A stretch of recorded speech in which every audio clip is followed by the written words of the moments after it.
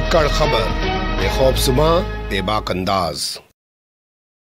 धाकड़ खबर के news room से मैं आपके साथ हूं अकरम रईस खान। 2017 से पहले उत्तर प्रदेश में जंगल राज चलता था, ये होता था वो होता था, लेकिन 2017 के बाद उत्तर प्रदेश की कानून व्यवस्था पूरी दुनिया में सबसे बेहतर हो गई है। ये बताने में उत्तर प्रदेश के मुख्यमंत्री, देश के प्रधानमंत्री और तमाम भारतीय जनता पार्टी और बहुपू मीडिया के दलाल, चाटुकार, दंगाई पत्रकार रात दिन लगे रहते हैं, लेकिन बार बार ऐसी तस्वीरें रोजाना सामने आ जाती हैं जो उत्तर प्रदेश में चल रहे वर्तमान जंगल राज की कलई खोल के रख देती हैं। मैं 3 तस्वीरें पुलिस वालों से जुड़ी हुई आपके सामने रखने जा रहा हूं। पहली तस्वीर में आप देखेंगे कि कैसे एक पुलिस वाला नशे में धुत होकर लोगों को अपनी गाड़ी से कुचल रहा है, ठीक उसी तरीके से जैसे केंद्रीय मंत्री जो गृह राज्य मंत्री हैं, आप जानती हैं अजय कुमार मिश्रा उर्फ टेनी पहलवान की गाड़ियां किसानों को लखीमपुर खीरी में कुचल रही थी। ये तस्वीर क्या कहलाती है आपके सामने रखूंगा। इसके अलावा दूसरी तस्वीर में बाकायदा ऑडियो के जरिए इस खबर को आपके सामने रखने की कोशिश करने जा रहा हूं कि थाने में रखा हुआ गांजा, नशा, ड्रग्स पुलिस वाले बेच रहे हैं, दुकान बन गए हैं थाने, आओ खरीद के लेके जाओ, यहाँ पड़ा पड़ा सड़ रहा है, सस्ते में ले जाओ, 1 किलो की जगह 2 किलो ले जाओ, इतने पैसे दे जाओ, मुझे भी पैसे की ज़रूरत है। इसके अलावा तीसरी तस्वीर आपके सामने रखूंगा जहाँ एक दरोगा को पकड़ा गया है अय्याशी करने के आरोप में। घर वालों ने पकड़ लिया, महिलाएं और आसपास जमा लोग पीट पीट कर उसको थाने तक ले जा रहे हैं। वो तस्वीर क्या कहलाती है और इन तस्वीरों को कैसे देखा और समझा जा सकता है, ये आपके ऊपर छोड़ता हूं, लेकिन तस्वीरों से आपको रूबरू करा देता हूं। चलते हैं पहली खबर की तरफ। ये खबर हमारे पास आई है कानपुर से। कानपुर जानते हैं ना, उत्तर प्रदेश की इस्पात नगरी। हालांकि इसकी जो इमेज पुराने ज़माने में हुआ करती थी वो आज इमेज बन गई है गाजियाबाद और नोएडा, ग्रेटर नोएडा की, क्योंकि वहाँ उतना धंधा होता नहीं। अब यहाँ ज़्यादा धंधा होता है, बड़ी बड़ी बिल्डिंगें, आलिशान बिल्डिंगें, रियल इस्टेट। मायावती ने एक रोड बनाई जिसको आप जानते हैं यमुना एक्सप्रेसवे के नाम से, दिल्ली से आगरा तक का रास्ता आसान किया। उसके बाद अखिलेश यादव 2012 में सत्ता में आए तो उन्होंने आगरा से लखनऊ तक की एक शानदार रोड बना दी जिस पर जेट जो है विमान भी उतारे गए। ये पता नहीं क्या बना रहे हैं, अभी तक कहीं कुछ दिखाई दे नहीं रहा है। हालांकि जो भक्त हैं उनके सामने सब कुछ हरा ही हरा है, चाहे जैसे बरसात के ... उसके लिए होता है। खैर छोड़िए कहानी को, मुद्दे पे आ जाइए। तो कानपुर जिला है और यहाँ का अनवरगंज एक थाना है। अमर उजाला और दैनिक भास्कर में छपी खबर के मुताबिक यहाँ का एक सिपाही है जिसका नाम है गिरीश चंद्र यादव, उसको मेडिकल के लिए अस्पताल में भेजा गया है ताकि पता लगाया जाए क्या वो नशे में धुत था, और अगर वो नशे में धुत था तो उसके खिलाफ कानूनी और विभागीय कार्रवाई दोनों की जाएगी, क्योंकि यहाँ के कमिश्नर असीम अरुण ने आदेश दे दिया है डीसीपी को कि भैया जांच करके इस सिपाही के खिलाफ कार्रवाई की जाए। बताया जा रहा है कि इस जीप में सवार होकर जा रहा था, सड़क किनारे रेहड़ी पटरी वाले खड़े थे, इसने उनको रौंद डाला। हालांकि वो तो बच गए लेकिन उनका काफ़ी नुकसान हो गया, जिसके बाद यहाँ मौके पर थानेदार पहुँच गए और थानेदार ने किसी प्रकार लोगों को समझा बुझाकर शांत कराया और गंगाधर सिंह थानेदार ने पैसे देकर, अच्छा भैया तू इतने ले ले, तू इतने ले ले यार, छोड़ दो, सिपाही है, इसकी बाल बच्चे हैं, तुम कार्रवाई करोगे, बेचारे की नौकरी चली जाएगी। अब हम पता करा रहे हैं अगर इसने पी रखी होगी तो इसके खिलाफ कार्रवाई कराएंगे। खैर जाने दीजिए, जो भी शब्द उन्होंने इस्तेमाल किए होंगे वो जाने, लेकिन कुल मिला के उन्होंने जो नुकसान हुआ लोगों का उसकी भरपाई कर दी। अब वो कितना ईमानदारी से नुकसान हुआ होगा, और पुलिस वाले क्या पूरा पैसा देते हैं लोगों को?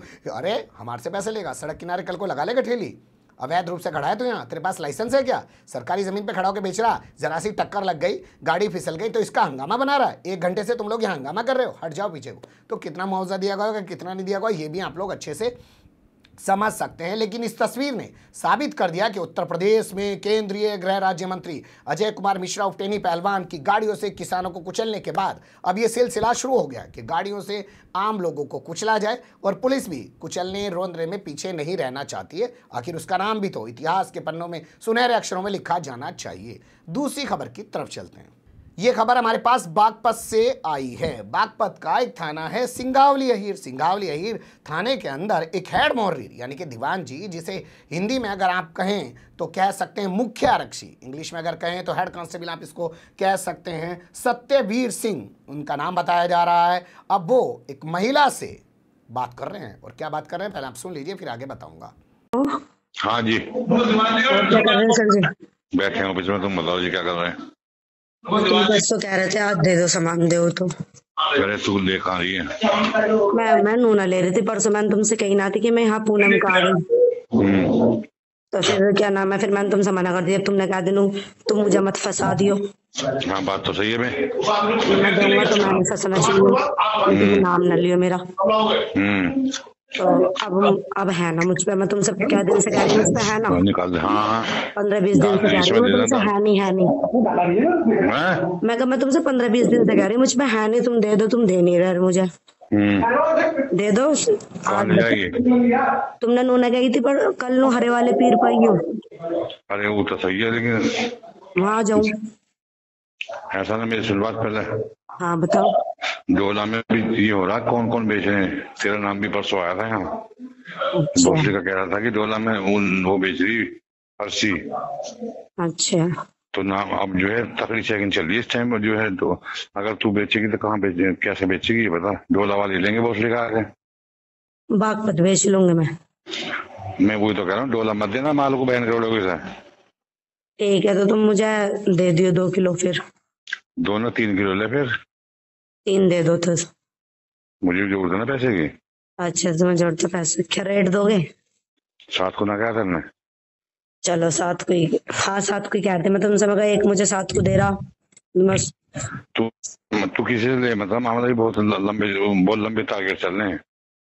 तो चलो तुम्हें दे दियो मुझे 3 किलो। हाँ 3 किलो दे दूंगा, लेकिन तू डोला में नहीं बेचेगी, ये सस्ता रहेगी, देख ले। ठीक है मैं डोला में बेचने की। हाँ तो मैं तुझे किस टाइम दोगे? शाम के टाइम किस टाइम आएगी तू? 5-6 बजे से। ऐसा ना, मैं अभी इस पर साहब गए बागपत कर दी, वो भोरे का वहीं रास्ते में मिल जा। मैं शाम को मौका देखकर तुझे फोन मार दूंगा, ठीक है ना? ठीक है ठीक है। पैसे वैसे लेकर तैयार है ना? दूसरी बात है, मैं तुझे मौका मार फोन मार दूंगा, ठीक है ठीक है। और उसके बाद तो चुपचाप ले जाइए, ठीक है ना? ठीक है चलो। ठीक। सुन लिया आपने, ये है सिंगावली अहीर थाने का एक हेड मौलवी जिसका नाम है सत्यवीर सिंह। अब ये डोला गांव पड़ता है यहाँ का, वहाँ की एक रहने वाली महिला है, जो महिला भी तस्कर है, मतलब वो भी ड्रग सप्लाई करती है। अब ये अलग बात है कि जो एनसीबी जाके वहाँ 2 ग्राम 4 ग्राम पुड़िया पकड़ रही है मुंबई में, और तमाम बॉलीवुड अभिनेताओं के बच्चों को और उनको तमाम लोगों को पकड़ रही है, और जिनको 3000 किलो जो गुजरात के मुंद्रा पोर्ट पर पकड़ी गई है ड्रग्स, वो नहीं दिखाई दे रही, तो उनको यहाँ की ड्रग्स क्या दिखाई देगी? यहाँ तो खुद पुलिस वाले ही ये काम कर रहे हैं, जिनका काम है पकड़ना, वो धंधा करवा रहे हैं। तो आपने सुना कि कैसे ये महिला तस्कर से सिपाही कह रहा है कि अभी साहब बागपत गए हैं, शाम तक आएंगे, तू शाम को आना, फिर मैं तुझे दे दूंगा, और इस इलाके में मत बेचना, बागपत जाके बेचना, यानी कि बागपत दूसरा थाना क्षेत्र आ जाएगा, वहां पे जाके इसको बेचना, और इस बार 7 के हिसाब से भाव लगेगा और 2 की जगह 3 किलो लेना पड़ेगा। आखिर मुझे भी पैसे की जरूरत है, बेचारा कितना बेबस है पुलिस वाला कि थाने में माल खाने में रखी हुई ड्रग्स को बिकवा रहा है और उससे पैसा कमा रहा है। इस मामले में यहाँ के एसपी नीरज यादव का क्या कहना है, उन्हीं की ज़बानी सुन ली। आज 25 अक्टूबर को सोशल मीडिया पर एक ऑडियो का वायरल होना प्रकाश में आया है। इस संबंध में अवगत कराना है कि 22 अक्टूबर को आंतरिक जांच में ये ऑडियो प्रकाश में आया था। 22 अक्टूबर को ही जांच के आधार पर संबंधित पुलिस कर्मचारी जो कि सिंगावली अहीर थाने पर तैनात था, उसको 22 अक्टूबर को निलंबित कर दिया गया था। उसके विरुद्ध विभागीय कार्रवाई प्रचलित है। इस पूरे प्रकरण में आवश्यक वैधानिक कार्रवाई की जा रही है। Thank you. सुन लिया आपने, एसपी महोदय बता रहे हैं कि तो 22 अक्टूबर का मामला है, और उसी वक्त हमने इस सिपाही के खिलाफ, हेड मौलवी के खिलाफ कार्रवाई कर दी थी। लेकिन बड़ा सवाल ये कि अभी हमने एक खबर देखी है जो आगरा से हमारे सामने आई थी। जगदीशपुरा थाना है, वहाँ पे 25 लाख रुपए मालखाने में रखे हुए थे, चोरी हो गए। पुलिस ने अरुण वाल्मीकि को उठा के पीट पीट के मौत के घाट उतार दिया। जिसके बाद प्रियंका गांधी वहाँ मिलने जा रही थी, संजय सिंह वहाँ मिलने जा रहे थे, उनको नहीं जाने दिया, हंगामा बर्पा कर दिया। हालांकि इस मामले में कार्रवाई करते हुए यहाँ के एसएसपी समेत 11 पुलिस वालों को हटा दिया गया है, और जिस दिन वारदात सामने आई थी उसी दिन थानेदार समेत 5 पुलिस वालों को सस्पेंड कर दिया था। लेकिन अब आप बताइए, वहां तो एक सफाई कर्मचारी था, उसको पीट पीट के मार दिया, उस पर आरोप लगाया गया कि 25 लाख रुपए थाने के मालखाने में रखे हुए थे, उसने चुरा लिए। लेकिन यहाँ तो जो मालखाने में माल रखा हुआ है, जो बदमाशों से बरामद होता है, उसको खुद पुलिस वाले ही बेच रहे थे। यहाँ पे तो ज़बरदस्त एक्शन होना चाहिए था। लेकिन यहाँ के एसपी नीरज यादव ने सिर्फ एक मामूली सा बयान देकर इस पूरे मामले को निपटाने की कोशिश की है। यहाँ मैं आपको बता दूँ कि बहुत सारी गाड़ियाँ का, बाइकें, कार्स, ट्रक पुलिस जो है जब्त कर लेती है। कोई एक्सीडेंट से जुड़े मामले में होते हैं, किसी को दूसरे तरीके से जब्त कर लेती है, लापरवाही हालत में खड़े मिल गए। कुछ चोरी हो गए तो बरामद हो गए, उनको नहीं दिए जाते। जिनके होते हैं बाद में उनका इंजन, उनके पहिए, उनके टायर, उनकी तमाम चीज़ें, बैटरियां, सब चीज़ें बेच दी जाती हैं। थाने में जाके कभी देख लीजिएगा, उत्तर प्रदेश की हज़ारों करोड़ की गाड़ियाँ बर्बाद कर दी जाती हैं। इसी तरीके से तमाम माल बरामद कर दिया जाता है। थाने में दुकानें चल रही हैं। क्या इस घटना के सामने आने के बाद तमाम थानों में जांच नहीं होनी चाहिए और तमाम जितने माल के तौर पे चीज़ें बरामद हैं उनका निरीक्षण नहीं किया जाना चाहिए? ना कर रहे, ना करो, हमारा क्या, हम तो अगली खबर आपके सामने रख देते हैं।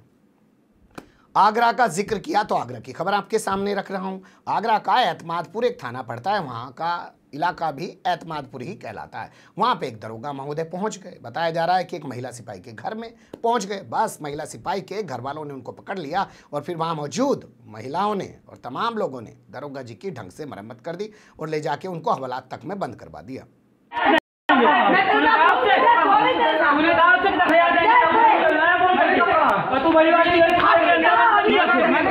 तुझे पता चलेगा।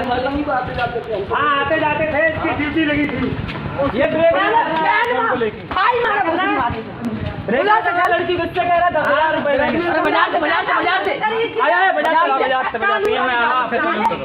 बाजार से लेके चलूंगी तुझे, बाजार से चौराहे पे मारूंगी। तू देख मेरी इज्जत देख कि मैं डॉक्टर हूँ और मेरी क्या इज्जत है। अरे दरोगा जी है, दरोगा जी रुक जाओ। ना ना भैया भाई को मजाक क्यों नहीं करोगा? जब ओसड़ी दरोगा तू नहीं करी मौसम फोन कर तो फोन। तस्वीरें आप देख चुके हैं, आपके सामने तमाम तस्वीरें आ चुके हैं। इस बाबत जब हमने ज़्यादा सर्च करने की कोशिश की तो हमारे सामने एक नाम निकल के आया जो एतमादपुर थाने के थानेदार का नाम है अरुण कुमार बालियान। उनका कहना है कि दरोगा और महिला और उसके परिजन आपस में सब एक दूसरे को जानते हैं। किसी बात को लेकर विवाद हो गया और उसके बाद फिर इस तरीके का एक वीडियो सामने आया। अब यहाँ दरोगा जी से एक बात पूछनी है, सामने आया है, लेकिन सवाल ये कि दरोगा को अगर गलत तरीके से पीटा गया, मार तो वही रहे हैं, दरोगा तो मार नहीं रहा है, तो उन लोगों के खिलाफ क्यों FIR नहीं की गई? और वाकई में अगर दरोगा इस तरीके से रंगरलिया मनाते हुए वहाँ पकड़ा गया तो उसके खिलाफ जो ये महिला सिपाही है उसके परिजनों को मुकदमा दर्ज कराना चाहिए था। उन्होंने मुकदमा दर्ज क्यों नहीं कराया? और सबसे अहम सवाल, क्या थाने में बैठ के सिर्फ समझौते कराने के लिए बैठे हैं क्या थानेदार? यही काम रह गया है थानेदार का। और क्या किसी आम आदमी से जुड़ा हुआ ऐसा मामला आ जाता तब भी क्या ये थानेदार इसी तरीके की भाषा बोल रहा होता और ये कह रहा होता कि दोनों पार्टियां एक दूसरे को जानती हैं, समझौता करा दिया? वहाँ तो बलात्कार का मुकदमा लग के उसको जेल में डाल देता और ना जाने उस पर कौन कौन सी धाराएं लगा देता। 3 तस्वीरें उभर रही थी। मुझे लगा कि आपको रूबरू कराया जाए, वरना दावे तो आप रोज़ देख ही रहे हैं कि उत्तर प्रदेश में अब जंगल राज नहीं चलता है, वो 2017 से पहले चलता था। बने रहिएगा धाकड़ खबर के साथ। फिलहाल कमेंट्स के रूप में आप लोग अपनी राय दे सकते हैं, खबर को लाइक कर सकते हैं, चैनल को सब्सक्राइब कर सकते हैं और ज़्यादा से ज़्यादा हमारी खबरों को शेयर कर सकते हैं। फिर ऐसे ही किसी सुलगते हुए या उलझते मुद्दे लेकर मैं आपके सामने हूँगा हाजिर। फिलहाल अभी मुझे दें इजाज़त।